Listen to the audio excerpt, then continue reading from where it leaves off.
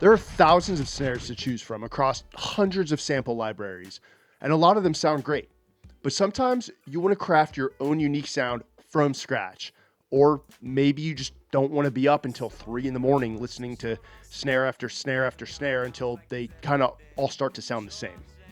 Today, I'm going to show you how to create your own snare sample with a $90 snare drum I bought, running through a 57 microphone into my Focusrite Project Studio interface. Let's go. All right, I've got a Pearl snare drum here. I got this a couple weeks ago, used for like 95 bucks. I wanted to add a little bit more of an analog element to my music. Most of the drums I do are in the box with samples and stuff. This kind of gives it a little bit of texture. You can also, like I said, create your own samples and use it exclusively. I've got a Shure 57 mic. I'm running it directly into my Focusrite. And then I've got actually my kid's sweater here. This kind of like knit fabric works really well to dampen the snare sound, especially when you're in like an untreated room like this. I want to keep everything super entry level because I want to teach. The goal of this channel is to teach people just getting into producing their own music how to really bring out their skills and make the most of what they have. I could sit here and talk about $1,000 mic pre's and compressors, outboard gear, etc. But I feel like there's a lot of value in kind of the intro stuff and how to make some really cool sounds, some really cool music, streaming ready with a Project Studio. It's 2025. We can do that. So yeah, I'm gonna get a couple samples here, a couple strokes, maybe some flams, some rolls. I'm not a drummer, so forgive my technique. And then we're gonna hop into Pro Tools and add a little magic, create some nice samples. Here we go.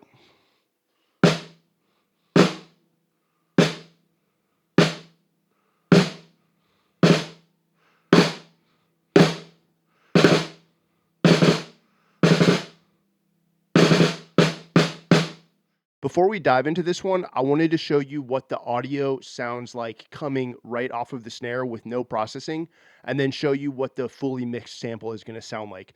The audio for this video coming off of the screen recording, it's pretty subpar.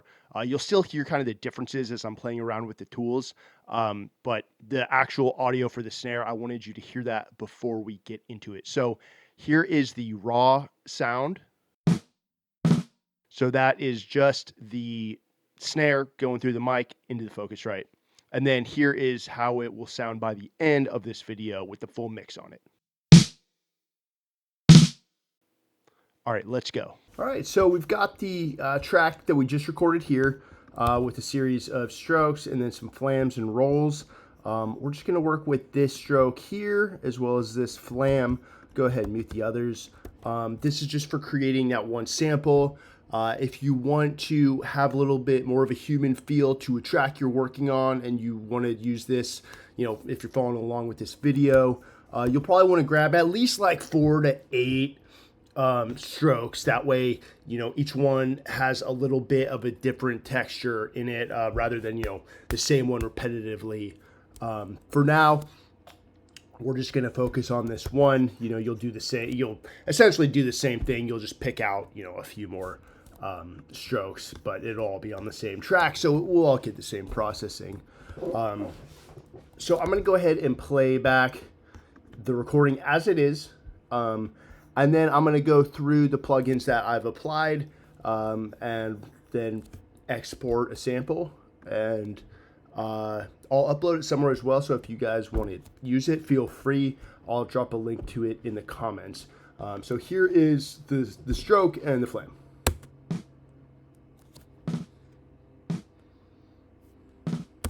Not bad, just straight off the mic, no processing or anything.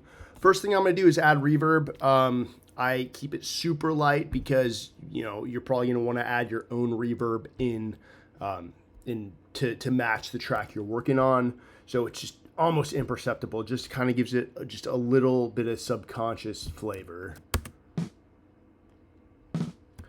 Now, since we're working with a sample here, I want this to really kind of be slapping, be, nice and hearty. So I'm going to apply some decent compression. I got the CLA 2A here. I've got a video up that talks about how to kind of utilize, how to best use this plugin. So you can check that out if you want to. Coming in a little bit hot. I'm going to pull it back just a little and then pull the gain reduction down just a little. Cool. All right, the next thing I like to use is this JJP Drums multi plugin. I'll quickly run through it because I don't want to spend a ton of time on it, at the risk of being long-winded in this video. One thing I really like about this plugin is the gate function here.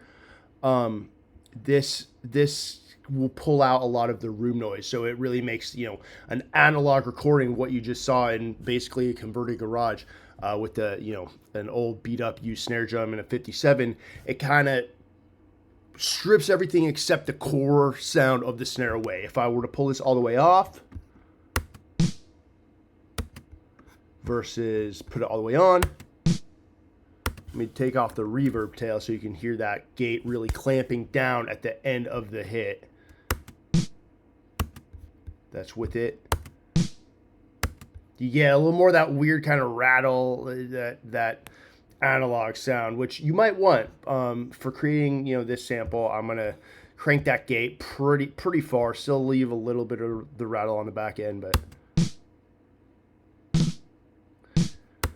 I don't need to mess with the compression at all because I've got the CLA 2A on there. The lows and the highs, I kind of get a little bit more granular with the EQ here. So those are kind of just the default settings. I think I added a little bit of high. I just went through that real quickly before I started this video. And then you can play around with, all of these. It's just easier for me to show you, and then you can play around with it on your end than to try to talk through, what each one does. So I'll start with the attack. I'm just going to do the single stroke here.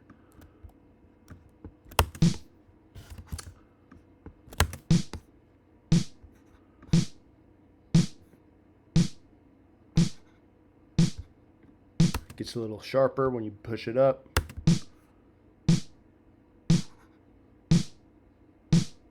Gives a little bit more tail. Bring that down because, again, we don't want a ton of tail on this sample.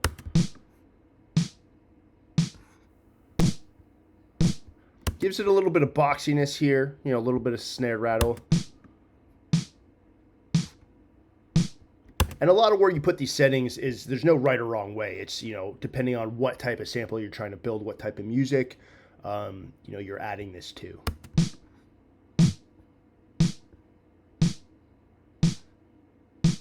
Sounds like some high mids there.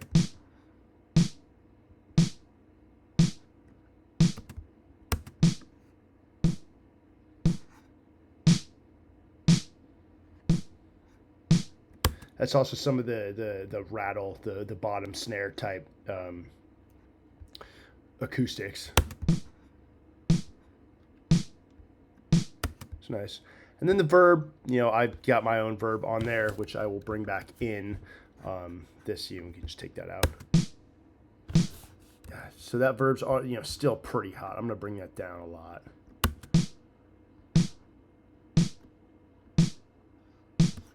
And a quick note for the reverb that I added. I just did the built-in Pro Tools one just to show you that, you don't need a fancy reverb, especially when you're creating a sample, because you just want it to give it that little bit of texture.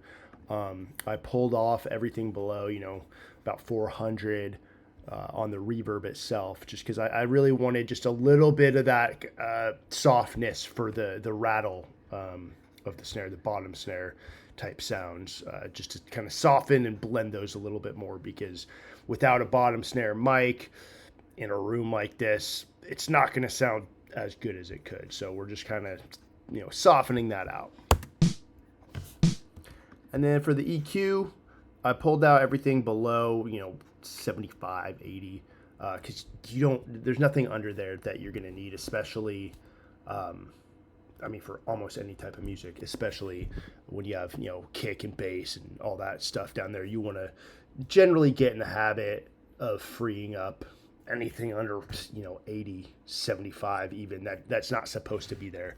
And then I just gave it a small 5 dB boost around like 2.5K to really bring that kind of smack out, because I got a lot of the body of the snare in here with kind of the attack and the wood settings. So let me bring this in and we can hear the full mix.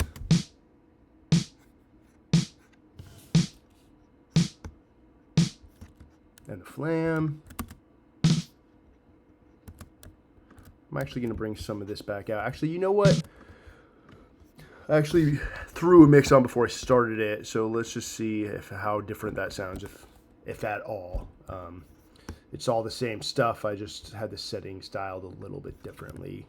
And it's kind of easier to focus when I'm not talking through it. Okay, so that reverb can chill out.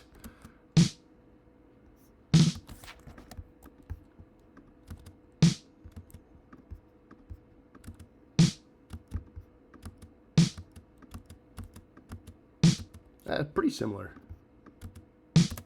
Anyway, I'll wrap it there. Like I said, I'll pop these samples. Feel free to use them on whatever. But yeah, it's kind of neat, fun way to get your own sample. Let me bounce that sample just to show you how that would be done. I'm just going to grab this. I've got a little limiter on there, mainly just using that for the dither feature to bring it down into 1644.1. I'm going to bounce this. We'll call it snare sample creation, sample final. Bounce it, and then I'm just going to pull it in. One thing I like to do with my masters, I like to do, anytime I'm rendering a final audio track, is pull it back into the session and just like triple confirm that there's no square waveforms. I haven't pushed it a little bit too far. So we can kind of like zoom in here, and looks like our waveforms are not getting swashed. There's no distortion, no digital distortion. So we're good to go. Thanks for tuning in. This was a fun one. Let me know in the comments, as usual, if you guys want more of this stuff or what you're looking for. See you next week.